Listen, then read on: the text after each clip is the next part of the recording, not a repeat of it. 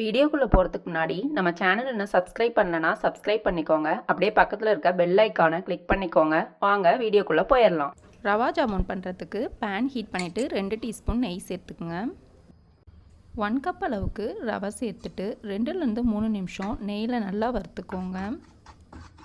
ரவை கலர் எதுவும் சேஞ்ச் ஆகிடக்கூடாது. லோ ஃப்ளேம்லேயே வச்சு நல்லா வறுத்துருங்க. இந்தளவுக்கு வறுபட்டதும் 1/2 கப் அளவுக்கு பாலை கொஞ்சம் கொஞ்சமாக ரவையில் சேர்த்து நல்லா மிக்ஸ் பண்ணுங்கள். இந்த ரவை பால்லையே நல்லா வெந்துடணும். இடையில இந்த மாதிரி பால் சேர்த்து கைவிடாமல் நல்லா மிக்ஸ் பண்ணிகிட்டே இருங்க. காய்ச்சி ஆற வச்ச பால் சேர்த்துக்கோங்க.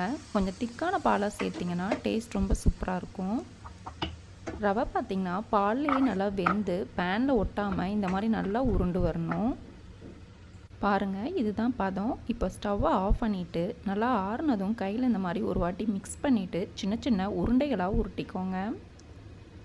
கையில் கொஞ்சமாக நெய் தடவிட்டு இந்த மாதிரி மீடியம் சைஸ் பால்ஸாக வெடிப்பு எதுவும் இல்லாமல் நல்லா உருட்டிக்கோங்க. இதே மாதிரி எல்லாத்தையும் உருட்டி எடுத்து வச்சுக்கோங்க. அடுத்து சர்க்கரை பாகு ரெடி பண்ணிக்கலாம். பாத்திரத்தில் எந்த கப்பில் ரவை எடுத்தீங்களோ அதே கப்பில் 1 கப் சர்க்கரை 1 கப் தண்ணி சேர்த்து நல்லா கொதிக்க விடுங்க. சர்க்கரை கரைஞ்சிட்டு நல்லா கொதிஞ்சு வந்தால் போதும். இதுக்கு பாகு பதம் எதுவும் தேவையில்லை. சர்க்கரை கரைஞ்சிட்டு நல்லா கொதிஞ்சிடுச்சு. 1/2 ஸ்பூன் ஏலக்காய் தூள் சேர்த்துட்டு ஆஃப் பண்ணிக்கோங்க. கடாயில் தேவையான அளவுக்கு ஆயில் ஹீட் பண்ணிவிட்டு ரெடி பண்ணி வச்சுருக்க உருண்டைகளை உள்ளே சேர்த்து நல்லா பொன்னிறமாக பொரிச்சு எடுத்துக்குங்க.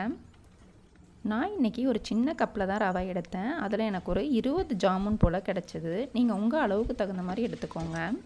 உருண்டைகளை உள்ளே சேர்த்துட்டு ஒன்றோடு ஒன்று ஒட்டாமல் இந்த மாதிரி நல்லா மிக்ஸ் பண்ணி விடுங்க. ரவையில் பண்ணுறதுனால இந்த ஜாமுன் ரொம்பவே நல்லா சாஃப்டாக இருக்கும். பாருங்கள், இப்போ நல்லா கோல்டன் ப்ரௌனாக ஃப்ரை ஆகிடுச்சு. இப்போ இதை நம்ம எடுத்துடலாம். மீடியம் டு ஹை ஃப்ளேம்லேயே வச்சு ஃப்ரை பண்ணுங்கள். அப்போ தான் இந்த மாதிரி நல்லா கிறிஸ்பியாக கிடைக்கும். இப்போ இதை நம்ம ரெடி பண்ணி வச்சுருக்க சர்க்கரை பாகில் சேர்த்துடலாம். இதை ஒரு 20 நிமிஷம் ஊற விட்டால் போதும். நல்லா சாஃப்ட் அண்ட் ஜூஸியாக ரெடி ஆகிடும். குலோப் ஜாமுன் செய்யணுன்னா நீங்கள் கடையில் போய் மாவு வாங்க தேவையில்ல. இந்த மாதிரி ரவை யூஸ் பண்ணி பண்ணிங்கனாலே அதே டேஸ்ட்டில் தான் கிடைக்கும். இப்போ ஒரு 20 நிமிஷம் ஆயிடுச்சு. பாருங்கள், ஜாமுன் நல்லா ஊறிடுச்சு, உப்பி இருக்குது. இப்போ இதை நான் ஸ்பூனில் உங்களுக்கு கட் பண்ணி காமிக்கிறேன். பாருங்கள், எவ்வளோ சாஃப்ட் அண்ட் ஜூஸியாக இருக்குது. இது மேலே இப்போ கொஞ்சம் சர்க்கரை பாகு சேர்த்துட்டு சாப்பிடும்போது டேஸ்ட் ரொம்ப சூப்பராக இருக்கும். ட்ரை பண்ணி பார்த்துட்டு கமெண்ட் பண்ணுங்கள். Like and share. Subscribe to staff and